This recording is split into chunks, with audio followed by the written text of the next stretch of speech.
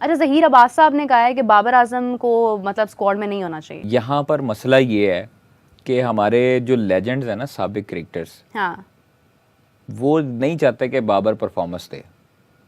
क्यों नहीं चाहते? क्योंकि क्यों?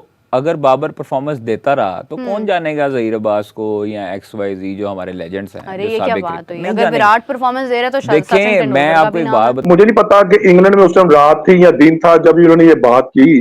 पता नहीं क्यों बाबर आजम साहब को हजम नहीं हो रहा। और भाई उसकी जान छोड़ दो, उसको कॉन्फिडेंस दो, उसको बैक करो। माना उसे गलतियां हुई है, कैप्टनसी में ठीक है जो भी है, मगर अभी वो हमारा सुपरस्टार है बस बाबर आजम।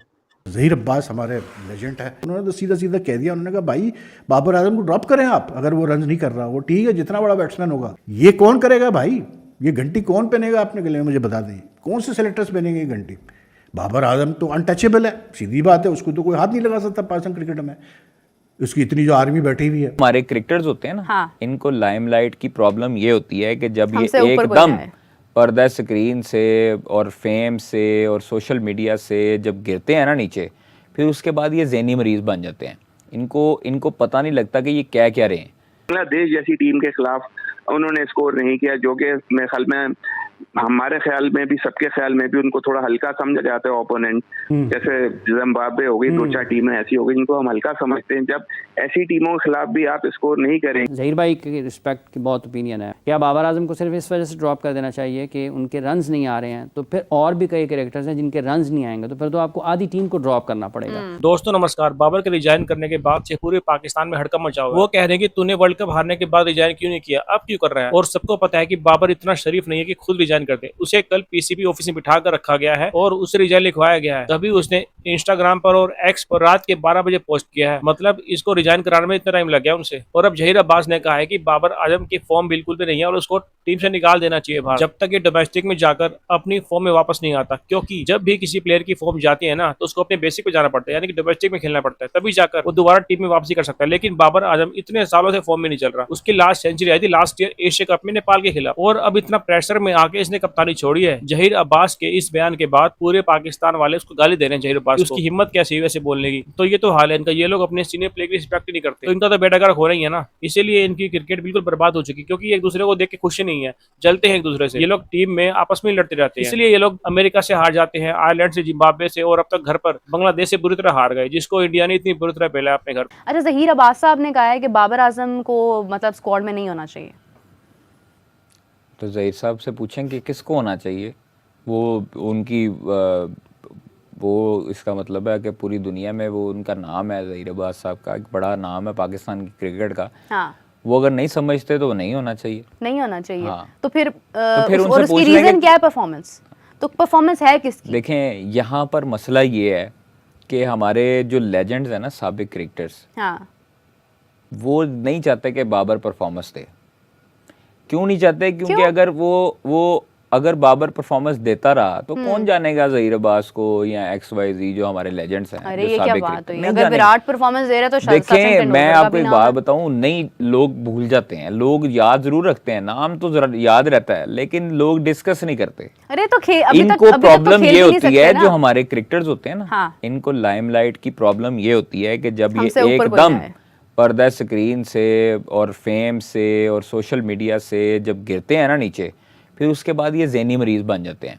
इनको पता नहीं लगता कि ये क्या क्या रहे हैं, क्योंकि इनको आदत होती है आगे पीछे लोग चलने की, सेल्फियां लेने की, और लोगों की वीडियोस बनाने की, लोगों को कहने की पीछे हो जाओ, पीछे हो जाओ, ये फेम कहने की आदत होती है। जब वो एकदम जो है वो आपसे दूर होती है ना, तो आप साइकोलॉजिकली आपके ऊपर एक प्रेशर आता है, और आप फिर खुद ब खुद जो है वो अपने अंदर स्टार डेवलप करना शुरू कर देते हैं अपने आप को, स्टारडम का शिकार ठीक होते है। हैं, तो बिल्कुल। ये चीज़ें मुतअद्दिद क्रिकेटर्स में पाई जाती हैं पाकिस्तान क्रिकेट में, खास तौर पर यहाँ पर जेलसी फैक्टर बहुत ज़्यादा है।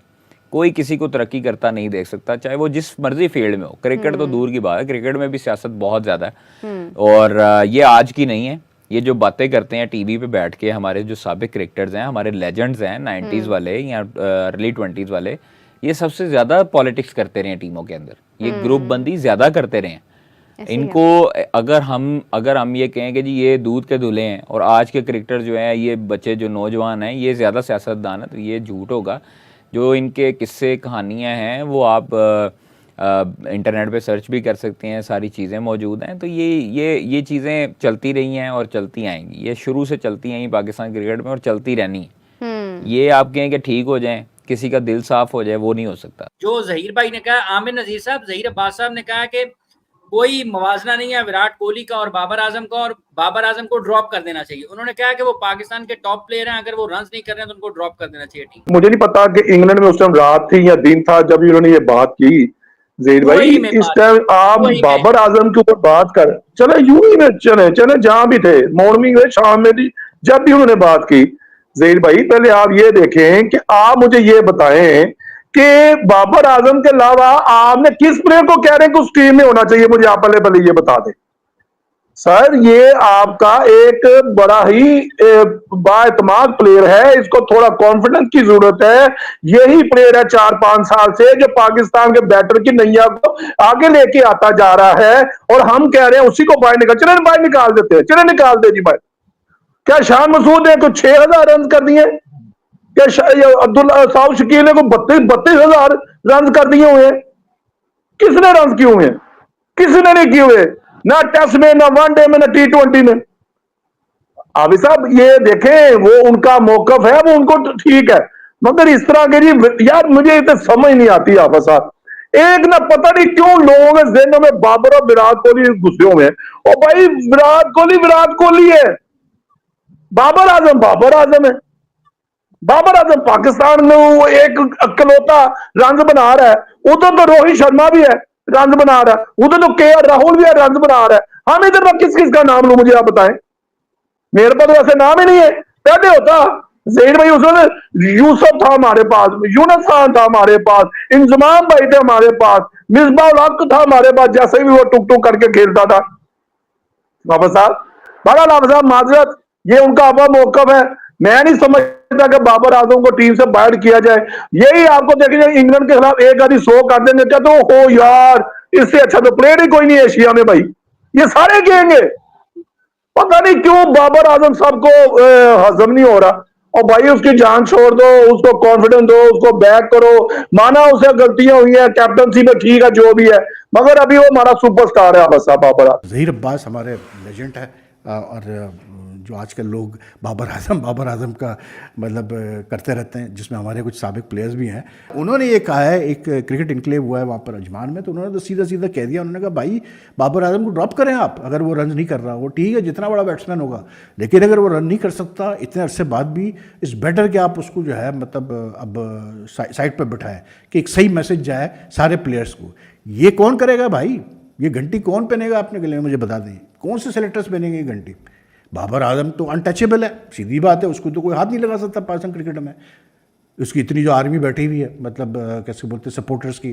तो भाई बात यह है कि बात बिल्कुल ठीक की है उन्होंने। अगर आपने अपनी क्रिकेट सही करनी है तो फिर आप हार्ड डिसीजन ले, जो मैं बार बार बोले जा रहा हूँ, बके जाता हूँ कि भाई हार्ड डिसीजन लो, किसी से कोई वो नहीं है, पर्सनल नहीं है, लेकिन जहाँ पाकिस्तान क्रिकेट की बात आती है, जहाँ कलेक्टिवली आपको चीज़ों को देखना पड़ता है, तो you should be in a position to take strong decision, फिर ही जाके जो है ना आपकी क्रिकेट आगे बढ़ेगी। लेकिन कौन करेगा भाई, ये देखते हैं। बांग्लादेश जैसी टीम के खिलाफ उन्होंने स्कोर नहीं किया, जो कि मेरे ख्याल में, हमारे ख्याल में भी, सबके ख्याल में भी, उनको थोड़ा हल्का समझा जाता है ओपोनेंट। जैसे जिम्बाब्वे हो गई, 2-4 टीमें ऐसी हो गई जिनको हम हल्का समझते हैं। जब ऐसी टीमों के खिलाफ भी आप स्कोर नहीं करेंगे